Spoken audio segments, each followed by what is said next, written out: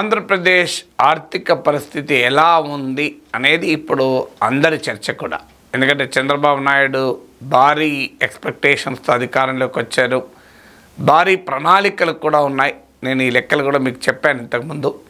So Jaganmohan Reddy భారీగా అప్పులు చేశాడు, అప్పులు చేసి డబ్బులు పనిచేశాడు జనానికి అన్న విమర్శ టీడీపీ చేస్తోంది, కూటమి చేస్తోంది. ఈ టైంలో ఆంధ్రప్రదేశ్ ఎకనామిక్ సిచ్యువేషన్ ఏంటి?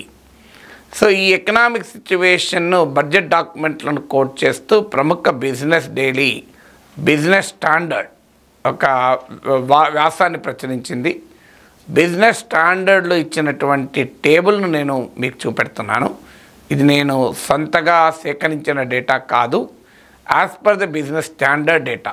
ఇది క్లియర్గా ముందే చెప్తున్నాను. ఈ బిజినెస్ స్టాండర్డ్ ఇది వెరీ రెస్పెక్టబుల్ డైలీ.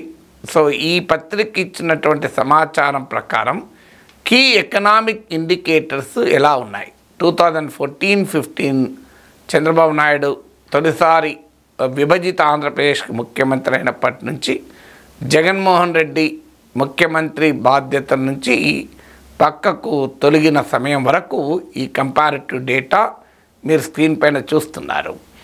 ఇందులో మీరు చూడండి, డెట్ టు జీడిపి రేషియో అంటే రాష్ట్ర ప్రభుత్వ ఆదాయంలో భాగంగా చూస్తే అప్పులు ఎంతున్నాయి.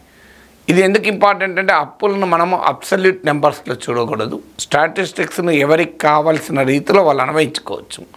ఎందుకంటే గణాంకాలను మన నరేటివ్కు అనుగుణంగా బిల్డ్ చేయొచ్చు.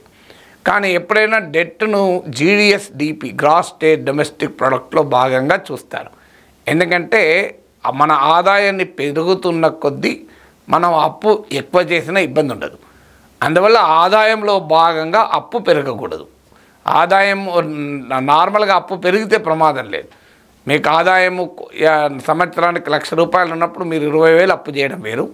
సంవత్సరానికి మీరు 10 లక్షలైన తర్వాత మీరు 2 లక్షలు అప్పు చేసినా కూడా ఆ 20,000 అప్పు చేసినట్టే లెక్క.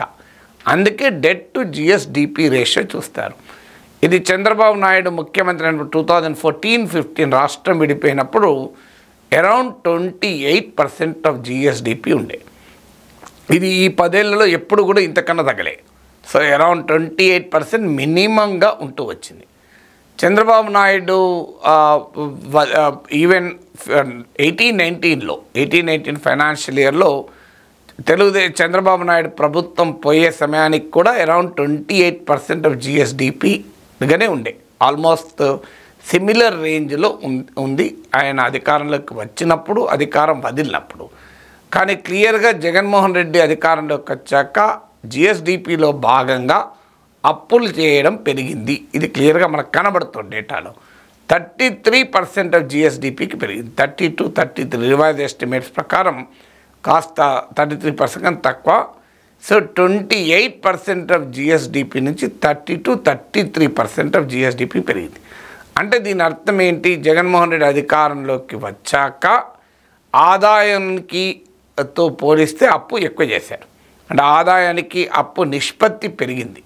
అందువల్ల క్లియర్గా అప్పు ఎక్కువ చేశాడు జగన్ అధికారంలోకి వచ్చాక అనేది ఈ డేటాతో అర్థమవుతుంది. ఈ అప్పు చేసి ఏమి చేశాడు అనేది నెక్స్ట్ క్వశ్చన్ వస్తుంది. ఏమి చేశాడు అన్నప్పుడు 2 రకాల ఖర్చు ఉంటుంది. ఒకటి క్యాపిటల్ ఎక్స్పెండిచర్, మూలధన వ్యయం. 2 జనరల్ ఎక్స్పెండిచర్ లేదా రెవెన్యూ ఎక్స్పెండిచర్ ఉంటుంది. అంటే మన రోజువారీ ఖర్చులకు అయ్యేటువంటి ఖర్చు. సో అందులో కీలకమైనది క్యాపిటల్ ఎక్స్పెండిచర్. ఇది ఆస్తులు సృష్టించే ఖర్చు, ఆదాయాన్ని సృష్టించే ఖర్చు. అందువల్ల సాధారణంగా ఫైనాన్షియల్ మేనేజ్మెంట్లో క్యాపిటల్ ఎక్స్పెండిచర్ బాగా ఉండాలి అని చెప్తారు. సో ఎందుకంటే రాష్ట్ర ప్రభుత్వము ఏ రకమైన ఖర్చు పెడుతుంది అన్న దానికి ఇదొక indicator. So capital expenditure Chandrababu Naidu ముఖ్యమంత్రి అయినప్పుడు 2014-15లో టోటల్ ఎక్స్పెండిచర్ అంటే ప్రభుత్వం చేసే మొత్తం వ్యయంలో 8.5% ఉండే. డెఫినెట్గా ఇది కూడా ఎక్కువ కాదు, ఇంకా ఎక్కువ ఉండాలి. కానీ అది 2018-19 ఫైనాన్షియల్ ఇయర్ 2019 జూన్లో చంద్రబాబు నాయుడు ముఖ్యమంత్రిగా పక్కకు జరిగాడు.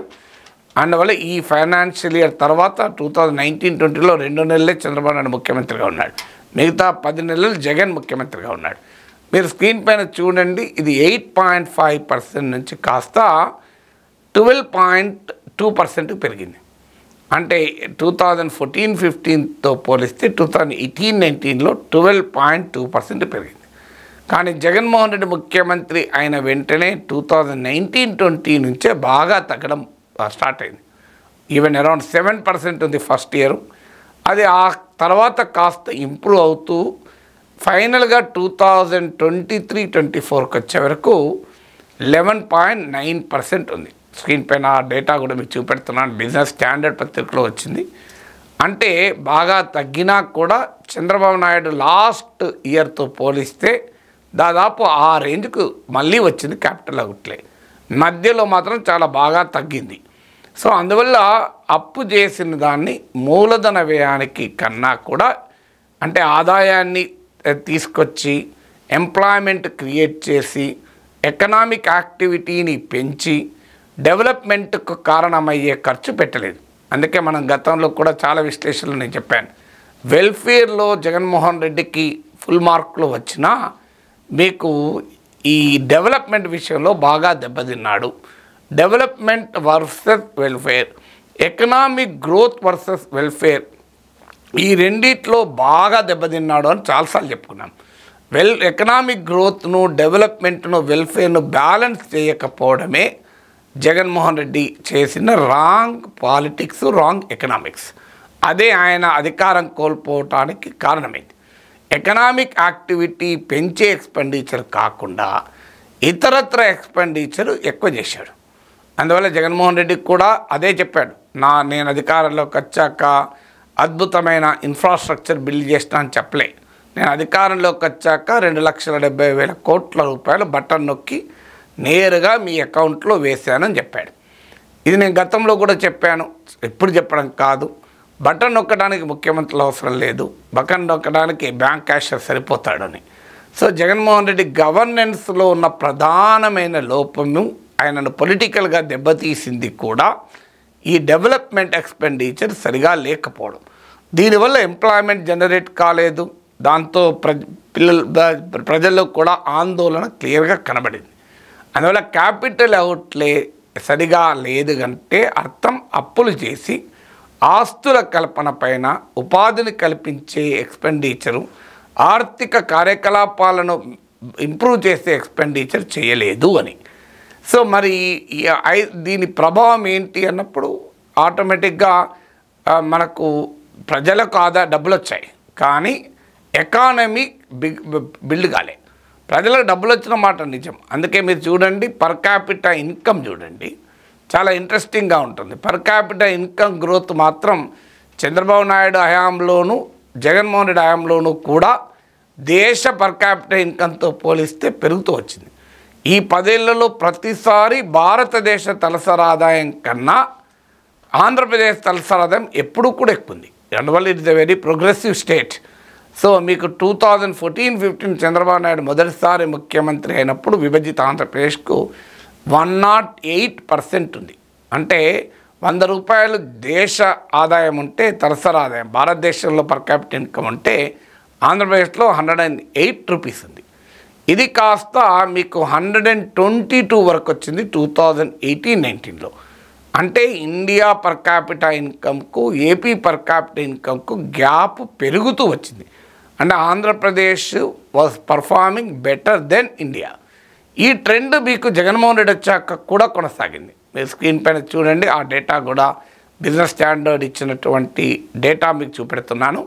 చాలా క్లియర్గా మీకు 122% నుంచి 132% వచ్చారు. అంటే ఓవరాల్గా మీకు గ్యాప్, మీకు ఇండియా పర్ క్యాపిటల్ ఇన్కమ్కు ఏపీ పర్ క్యాపిటల్ ఇన్కమ్కు మధ్య తేడా చంద్రబాబు నాయుడు టైంలో పెరుగుతూ వచ్చింది, జగన్మోహన్ రెడ్డి టైంలో కూడా పెరుగుతూ వచ్చింది. అంటే ప్రజలకు ఆదాయం పెరిగింది, కానీ ఆదాయం ఎలా పెరిగింది?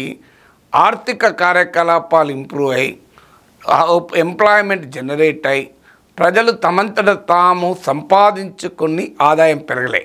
ప్రజలకు ప్రభుత్వం ఇచ్చినటువంటి ఉచితాల వల్ల ప్రజల చేతుల్లో డబ్బు వచ్చింది కనుక ఆదాయం పెరిగింది. ఆదాయం పెరగడం అనేది క్లియర్గా కనబడుతుంది, కానీ ఆదాయం ఎలా పెరిగింది అనేది ఇంపార్టెంట్. ఇక్కడే జగన్మోహన్ రెడ్డి ఆశించింది ఏంటంటే, నేను ప్రజల ఆదాయాన్ని పెంచాను కదా, ఎలా పెంచితే ఏంటి నాకు ఓట్లేస్తారని జగన్ ఆశించాడు. కానీ ఆదాయం పెంచడంలో ఉపాధి పెరిగి ఎకానమీ ఇంప్రూవ్ అయ్యి మా ఆదాయం పెరగలేదు కదా అనేటువంటి ఆందోళన ప్రజల్లో వ్యతిరేకతకు కారణమైంది. This is the political economy of Andhra Pradesh as per the data given by the business standards. So ఈ వీడియో మీకు నచ్చితే లైక్ చేయండి, షేర్ చేయండి. మీరు ఇప్పటికీ సబ్స్క్రైబ్ చేసుకోకపోతే సబ్స్క్రైబ్ చేసుకోండి. 1 మిలియన్ సబ్స్క్రైబర్లో మీరు భాగస్వాములు కండి.